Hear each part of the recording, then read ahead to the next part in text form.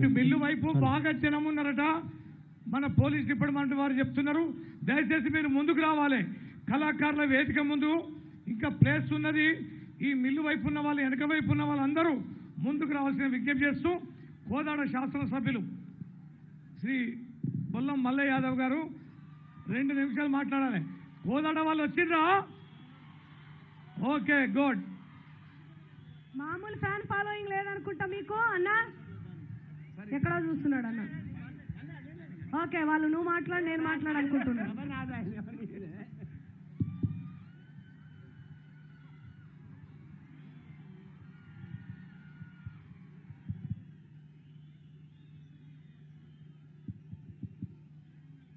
నేటి కార్యక్రమ సభాధ్యక్షులు,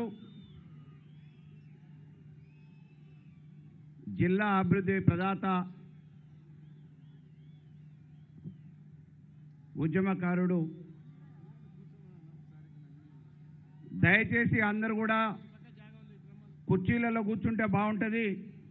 ఇంకొక 15-20 నిమిషాల్లో రాష్ట్ర ముఖ్యమంత్రి వర్యులు చంద్రశేఖరరావు గారు చేరుకునే అవకాశం ఉంది. హైదరాబాద్లో బయలుదేరారు కాబట్టి అందరూ తమ తమ స్థానాలలో కూర్చోవలసిందిగా కోరుతూ, వెనక ఉన్న వాళ్ళందరూ కూడా ఇటు రైట్ సైడ్కి వస్తే బాగుంటుంది. ఇటువైపు అంతా కొంత ఖాళీగా ఉంది కాబట్టి దగ్గరగా చూసే అవకాశం ఉంటుంది కాబట్టి ఆ వెనక ఉన్న వాళ్ళందరూ కూడా ఇటువైపు మీకు లెఫ్ట్కు రావాల్సిందిగా కోరుతూ ఉన్నా. సభాధ్యక్షులు జగదీష్ రెడ్డి గారు, వేదిక మీద ఉన్న పెద్దలు, ఈ సభకి విచ్చేసిన అతిరథ మహారాజులారా, ఆప్తులారా, ఆత్మబంధువులారా, దోచుకొని దాచుకున్న డబ్బుల్ని, టికెట్ల పేరు మీద వసూలు చేసుకున్న డబ్బుల్ని ఖర్చు పెట్టేయటానికి ఈరోజు ఉత్తమ్ కుమార్ రెడ్డికి నల్లగొండ పార్లమెంటు టికెట్ ఇచ్చి కాంగ్రెస్ అధిష్టానం పంపించింది. టికెట్ల పేరు మీద వసూలు చేసుకున్న పైసలన్నీ ఖర్చు పెట్టలేదనే నెపంతో కాంగ్రెస్, కాలం చెల్లిన కాంగ్రెస్కి పోటీ చేసే అభ్యర్థులు లేరనే పేరుతోని ఉత్తర కుమార మాటలు మాట్లాడే ఉత్తమ్ కుమార్ రెడ్డిని ఈరోజు రంగంలోకి దింపింది. అసలు కోదాడు నియోజకవర్గ ప్రజలు రాజకీయ భిక్ష పెడితే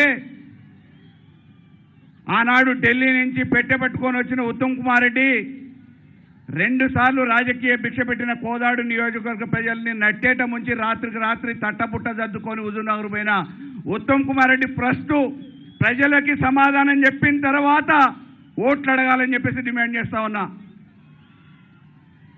ఈరోజు ఈ నల్లగొండ పార్లమెంట్లో కాంగ్రెస్ పార్టీ పేరు మీద, ప్రాజెక్టుల పేరు మీద గృహ నిర్మాణ శాఖ మంత్రిగా కోట్ల రూపాయలు దాచుకున్న ఉత్తమ్ కుమార్ రెడ్డికి నల్లగొండ జిల్లా ప్రజల్ని ఓట్లు అడిగే నైతిక హక్కే లేదు. కాబట్టి అడుగడుగున అవినీతిమయమైన కాంగ్రెస్ పాలనలో అధికారాన్ని అడ్డం పెట్టుకొని కోట్లను గడించిన ఉత్తమ్ కుమార్ రెడ్డి ఈరోజు ఓట్లను అడగటానికి మళ్ళా ఏదో ఒక నెపంతో జిల్లా ప్రజల దగ్గరకు వస్తా ఉన్నాడు. ఆ రోజు అధికారంలో ఉన్నప్పుడు ఫ్లోరైడ్ సమస్యలు గుర్తు రాలేదు, రైతు సమస్యలు గుర్తు రాలేదు, సిమెంట్ ఫ్యాక్టరీలు ఉంటే కనీసం నిరుద్యోగ సమస్యను తీర్చడానికి నిరుద్యోగుల గురించి కనీసం ఒక్కనాడు మాట్లాడిన దాఖలాలు లేవు. ఓట్ల కోసం, అధికారం కోసం పాకులేడే ఉత్తమ్ కుమార్ రెడ్డి దాదాపుగా 2 దశాబ్దాలుగా కోదాడు హుజూర్నగర్ రాజకీయాలలో ఉన్నప్పటికీ ఏ ఒక్కరికి కూడా ఏనాడు ఉపయోగపడే దాఖలాలు లేవు. అధికారాన్ని అడ్డం పెట్టుకొని కోట్లని గడించిన ఉత్తమ్ కుమార్ రెడ్డి ఈరోజు కాంగ్రెస్ ఖాతాలో గాంధీ భవన్ తాళాలు వేయడానికి సిద్ధపడ్డ ఈ పరిస్థితులలో దాచుకున్న పైసల్ని ఖర్చు పెట్టేయడానికి ఢిల్లీ ఏదిస్తానో టికెట్ ఇస్తే ఈరోజు ప్రచారం చేయడానికి కార్యకర్తలు దొరకని పరిస్థితులలో ఉత్తమ్ కుమార్ రెడ్డి తకబిక అవుతా ఉన్నాడు. నేను వేదిక సాక్షిగా చెప్తా ఉన్నా, కోదాడు నియోజకవర్గం నుంచి ఆనాడు యువ నాయకులు కేటీఆర్ సమక్షంలో ఏ రకంగానైతే హామీ ఇచ్చినామో, ఆ తర్వాత ముఖ్యమంత్రి గారికి ఏ రకంగానైతే కోదాడు నియోజకవర్గ ప్రజల సాక్షిగా హామీ ఇచ్చినామో, అదే సాక్షిగా కోదాడు నియోజకవర్గం నుంచి 40,000 మెజార్టీని నర్సిరెడ్డి గారికి ఇచ్చి గెలిపించడానికి శాయశక్తుల ప్రయత్నం చేస్తాం. ఈరోజు జరుగుతున్న నల్లగొండ పార్లమెంట్ ఎన్నికల్లో గతంలో ఎన్నడూ కూడా రాని విధంగా టీఆర్ఎస్ అభ్యర్థికి అఖండ మెజార్టీని ఇస్తామని చెప్పేసి తెలియజేస్తూ సెలవు తీసుకుంటున్నా. జై తెలంగాణ, జై కేసీఆర్. ముఖ్యమంత్రి గారు ఇంకా కొన్ని నిమిషాల్లో దిగబోతున్నారు. మన మంత్రివర్యులు ఎంపీ గారు రిసీవ్ చేసుకోవడానికి హెలిప్యాడ్ దగ్గరికి వెళ్ళారు. ఇప్పుడు నల్లగొండ శాసనసభ్యులు భూపాలరెడ్డి గారు 2 నిమిషాలు పోనాడు తొందరగా వారు మాట్లాడినాక భూపాలరెడ్డి గారు